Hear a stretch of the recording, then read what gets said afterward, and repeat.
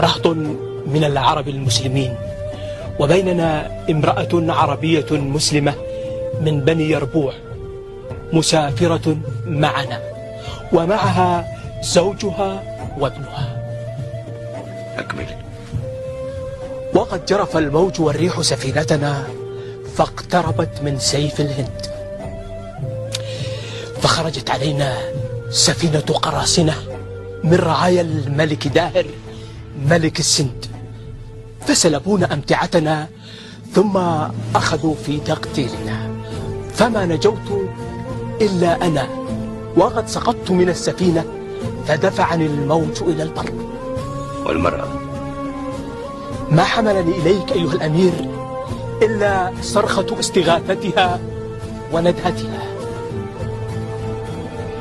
فبعد أن اغتصبت وقبل أن تقتل كانت تصرخ مستجيرة بك، وكأني لا زلت أسمع صرختها: وحجاجا وحجاجا.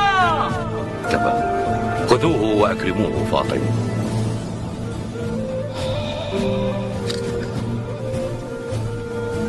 أما أنت أيتها المرأة فلبيك،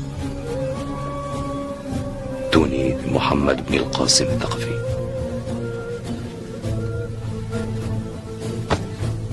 يا ابن القاسم،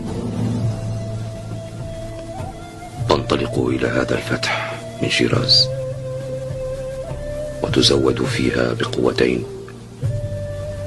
قوة برية من 20,000 مقاتل، وقوة بحرية تحمل جند الأسطول. وكل هذا لا يؤتيك غاية نصرك إلا العزيمة التي أراها فيك.